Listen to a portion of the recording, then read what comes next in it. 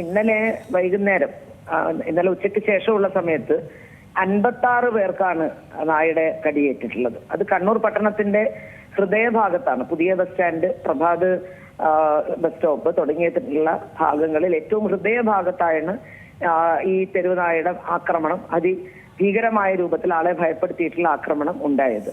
ഇന്ന് രാവിലെ റെയിൽവേ സ്റ്റേഷന്റെ പരിസരത്ത് വീണ്ടും തെരുവുനായയുടെ ആക്രമണം ഉണ്ടായി. ഞാൻ മനസ്സിലാക്കുന്നത് ഏതാണ്ട് 10-15ഓളം ആളുകൾക്ക് കടിയേറ്റിട്ടുണ്ട് എന്നുള്ളതാണ്. ഇത് നേരത്തെ നിങ്ങൾ ചൂണ്ടിക്കാണിച്ചതുപോലെ ഒറ്റപ്പെട്ടതല്ല എന്ന് നമുക്ക് എല്ലാവർക്കും അറിയാം. കണ്ണൂർ പട്ടണത്തിൽ തന്നെ, കണ്ണൂർ കോർപ്പറേഷൻ പരിധിയിൽ തന്നെ പലതവണയായി ഇത്തരം സംഭവങ്ങൾ ആവർത്തിച്ചു വരുന്നുണ്ട്. അപ്പൊ ഞങ്ങള് പ്രതിപക്ഷ കൗൺസിലർമാർ എന്നുള്ള നിലയിൽ കഴിഞ്ഞ ഒരു 4 വർഷമായി ഞങ്ങൾ ആവശ്യപ്പെടുന്ന ഒരു വിഷയം എന്ന് പറയുന്നത്, കോർപ്പറേഷനെ സംബന്ധിച്ചിടത്തോളം ഏറ്റവും കൂടുതൽ ആളുകൾ തിങ്ങിപ്പാർക്കുന്ന ഒരു സ്ഥലം, മറ്റ് ജില്ലയുടെ മറ്റു ഭാഗങ്ങളിലുള്ള ആളുകളടക്കം പല ആവശ്യങ്ങൾക്കുമായി വരുന്ന ഒരു സ്ഥലം എന്ന രൂപത്തിൽ ഇവിടെ ഒരു ഷെൽട്ടർ ഹോം നമുക്ക് നിയമത്തിന്റെ പരിധിയിൽ നിന്നുകൊണ്ട് ചെയ്യാൻ കഴിയുന്ന കാര്യം അതാണ് തദ്ദേശ സ്ഥാപനങ്ങൾക്ക്.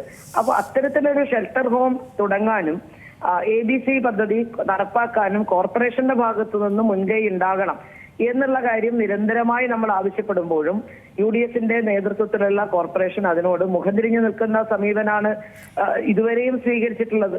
അതോടൊപ്പം രണ്ടാമത് ചെയ്യേണ്ട കാര്യം എന്ന് പറയുന്നത്, തെരുവുനായ ശല്യം വർദ്ധിക്കുന്നതിന്റെ ഒരു കാരണം മാലിന്യം, പ്രത്യേകിച്ച് ജൈവ മാലിന്യം അലക്ഷ്യമായിട്ട് പലയിടത്തും കൂടി കിടക്കുന്നു എന്നുള്ളത് കൂടി കൊണ്ടാണ് ഈ തെരുവുനായയുടെ ശല്യം വർദ്ധിക്കുന്നത്. അപ്പോൾ അത് തടയുന്നതിന് കോർപ്പറേഷന്റെ ആരോഗ്യ വിഭാഗമാണ്, നമുക്കറിയാം, അത് ബന്ധപ്പെട്ട നടപടി സ്വീകരിക്കേണ്ടത്. ഒരുപാട് സ്ഥലത്ത് തട്ടുകടകളുണ്ട്, മറ്റ് സ്ഥാപനങ്ങളുണ്ട്.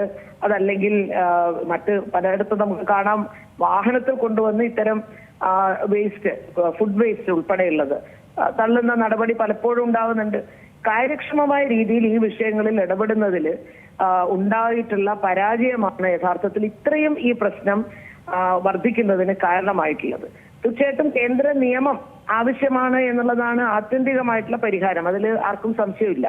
ഇന്ന് നിലവിലുള്ള നിയമത്തിന്റെ ഇടയിൽ പ്രവർത്തിക്കുക എന്ന് പറയുന്നത് വലിയ പരിമിതിയുണ്ട്. ആ കേന്ദ്ര നിയമം വേണം എന്ന് എല്ലാവരും, സംസ്ഥാനം ഒന്നടങ്കം അക്കാര്യത്തിൽ ആവശ്യം ഉയർത്തേണ്ട ഒന്നാണ്. കണ്ണൂർ ജില്ലാ പഞ്ചായത്ത് നേരത്തെ സുപ്രീം കോടതി ആ വിഷയത്തിൽ സമീപിച്ചിരുന്നു. പക്ഷേ അനുകൂലമായിട്ടുള്ള ഒരു മറുപടി ഉണ്ടായിട്ടില്ല.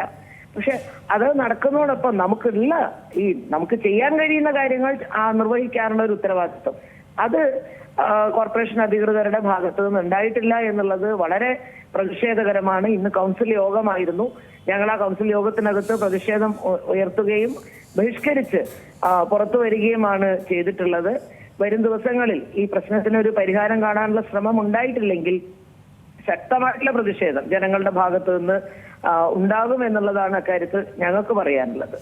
സുകന്യ സൂചിപ്പിച്ച പോലെ തന്നെ ഈ ഒരു കോർപ്പറേഷന്റെ ഭാഗത്തു നിന്ന് കൃത്യമായ ഒരു നടപടി ഇപ്പോൾ അവിടെയില്ല. ABC പ്രവർത്തനങ്ങളൊക്കെ പല സ്ഥലങ്ങളിലും നിലച്ച അവസ്ഥയിലാണ്, അല്ലെങ്കിൽ മെല്ലെപ്പോക്കാണ് എന്നൊക്കെ ഒരു തരത്തിലൊരു ആരോപണം അല്ലെങ്കിൽ ആശങ്ക ജനങ്ങൾ തന്നെ വ്യക്തമാക്കി പറയുന്നുണ്ട്. അപ്പോൾ എന്താണ് ഇപ്പോൾ ഇനി നടത്താൻ പറ്റുന്ന ഒരു പെട്ടെന്ന് തന്നെ ഒരു മാറ്റം വരുത്തണ്ടേ? കാരണം കുട്ടികളൊക്കെ വിദ്യാലയങ്ങളിൽ പോകുന്നതാണ്, സാധാരണക്കാരുള്ളതാണ്. കണ്ണൂരിന്റെ ഹൃദയഭാഗത്ത് നിന്നൊക്കെ പറയുമ്പോൾ തന്നെ വളരെ തിരക്കുള്ളതാണ്. ഏത് സമയത്തും റെയിൽവേ സ്റ്റേഷനിൽ നിന്നൊക്കെ ആളുകൾ എത്തുന്ന ഒരു സ്ഥലം കൂടിയാണ്. അങ്ങനെ ഒട്ടനവധി കാര്യങ്ങൾ നടക്കുന്ന ഒരു സ്ഥലം കൂടിയാണ്. അവിടെയൊക്കെ ഇങ്ങനെ ഒരു പരിഭ്രാന്തി സൃഷ്ടിക്കുക എന്ന് പറയുന്നത് തത്സമയം തന്നെ ഒരു പ്രതിവിധി കണ്ടെത്തേണ്ടതല്ലേ? തീർച്ചയായിട്ടും അതിൽ യാതൊരു സംശയവുമില്ല. നിങ്ങൾ സൂചിപ്പിച്ചതുപോലെ അലഞ്ഞു തിരിയുന്ന നായ്ക്കളെ പിടികൂടുക എന്ന് പറഞ്ഞാൽ ആ പിടികൂടാൻ ആവശ്യമായിട്ടുള്ള ഒരു സംവിധാനം വേണ്ടേ?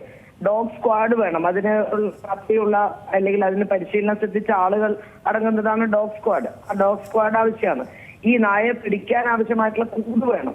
ആ പിടിച്ചു കൊണ്ടുവന്നാൽ അതിനെ നമുക്ക് നിരീക്ഷിക്കാനും അല്ലെങ്കിൽ അതിന് മലിനീകരണം നടത്തുന്നതിനും വേണ്ടി പാർപ്പിക്കുന്നതിന് ആവശ്യമായിട്ടുള്ള ഷെൽട്ടർ സംവിധാനം വേണം. ഇത്തരം സംവിധാനങ്ങൾ, അടിസ്ഥാന സംവിധാനങ്ങൾ ഒരുക്കണം എന്നുള്ളതാണ് ഞങ്ങൾ വർഷങ്ങളായിട്ട് പറഞ്ഞുകൊണ്ടിരിക്കുന്ന കാര്യം. അതിന് ഇതുവരെയും കോർപ്പറേഷൻ തയ്യാറായിട്ടില്ല. ഇനിയെങ്കിലും അതിന് തയ്യാറാകണം. ഞാൻ ചൂണ്ടിക്കാണിച്ച പോലെ അതാണ് നമുക്ക് ഇന്ന് ചെയ്യാൻ കഴിയുന്ന പരിഹാരം എന്ന് പറയുന്ന ഏറ്റവും പ്രധാനപ്പെട്ട കാര്യം. അപ്പൊ അടിയന്തരമായിട്ട് പ്രത്യേകിച്ച് പട്ടണ പ്രദേശത്ത് നിങ്ങൾ സൂചിപ്പിച്ചതുപോലെ ആളുകൾ ഏറ്റവും കൂടുതൽ വരുന്ന പ്രദേശമാണ്. പട്ടണത്തിൽ മാത്രമല്ല, ഇപ്പൊ എന്റെ ഡിവിഷൻ ഇരിക്കുന്ന ഭാഗം എന്ന് പറയുന്ന പുഴാതി സോണലാണ്. എന്റെ ഡിവിഷനിലെ ഒരു മാസം മുമ്പെയാണ് വീട്ടുമുറ്റത്ത് ഇരുന്നു കൊണ്ടിരുന്ന വീടിന്റെ കോലായിൽ ഇരുന്ന ആളെ സ്ത്രീയാണ് നായ കടിച്ചത്. മറ്റൊന്ന് കിണറിന്റെ അടുത്ത് നിന്നിരുന്ന സ്ത്രീയാണ് നായ കടിച്ചത്. അപ്പൊ ഇത് എല്ലായിടത്തും കോർപ്പറേഷന്റെ പട്ടണ ഹൃദയത്തിൽ മാത്രമല്ല എല്ലാ ഭാഗത്തും പ്രശ്നമുണ്ട്. പക്ഷെ ഏറ്റവും കൂടുതൽ പ്രശ്നമുള്ള സ്ഥലങ്ങളിലെങ്കിലും അടിയന്തരമായിട്ടുള്ള ഒരു ആക്ഷൻ ഈ നായ്ക്കളെ പിടികൂടിയാൽ അവർ പറയുന്നത് ശരിയാണ്, അതിനെ പേയുണ്ടോ എന്ന് പരിശോധിക്കുക, അതിനെ വന്ധ്യംകരിക്കുക, ഇത് ചെയ്തിട്ട് തിരിച്ച് എവിടെ നിന്നാണോ പിടിച്ചത് അവിടെ കൊണ്ട് വിടണം എന്നുള്ളതാണ് നിയമം അനുശാസിക്കുന്നത്. അത് ചെയ്യേണ്ടതാണ്. പക്ഷെ അത് അത്രയെങ്കിലും ചെയ്യാൻ തയ്യാറാവണ്ടേ? ഈ ക്രമാതീതമായി പെരുകുന്ന ഒരു സാഹചര്യം ഉണ്ടാകുന്നത് കാരണം എന്താ? അത് വാക്സിനേഷൻ കൃത്യമായി നടപ്പാക്കാൻ കൂടി കഴിയാത്തത് കൊണ്ടാണ്. അതിൽ അടിയന്തരമായിട്ടുള്ള നടപടി ഉണ്ടാവണം എന്ന് തന്നെയാണ് ഞങ്ങൾക്ക് ആവശ്യപ്പെടാനുള്ളത്.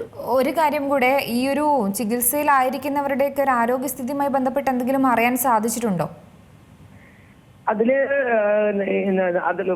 വാക്സിനേഷന്റെ കാര്യത്തിൽ തന്നെ നമുക്കറിയാം, എല്ലാവർക്കും ജില്ലാശുപത്രിയിൽ പൂർണ്ണമായിട്ട് അവിടെയുള്ള വാക്സിൻ ഉപയോഗിച്ച് അതിന്റെ രീതിയുണ്ട്. അതിന്റെ കടിയുടെ സ്വഭാവവും രീതി അനുസരിച്ചാണ് അവിടെയുള്ള വാക്സിൻ മതിയാവാത്ത ആളുകൾക്ക് അവരാദ്യം ഒരു റിയാക്ഷൻ ഉണ്ടോ എന്ന് നോക്കുക. റിയാക്ഷൻ ഉണ്ടെങ്കിൽ അവരെ പരിഹാരത്തേക്ക് വിടുകയാണ് ചെയ്യുന്നത്. അപ്പൊ അത്തരം നടപടിക്രമങ്ങൾ നടന്നിട്ടുണ്ട്. ഇനി കൂടുതൽ ഗുരുതരമായിട്ടുള്ള മുറിവുള്ള ആളുകളുടെ ചികിത്സയാണ്. അപ്പൊ അത്തരം കാര്യങ്ങൾ ജില്ലാശുപത്രിയും പരിയാരം മെഡിക്കൽ കോളേജുമായിട്ട് ബന്ധപ്പെട്ടുകൊണ്ട് അക്കാര്യങ്ങൾ നടക്കുന്നുണ്ട്.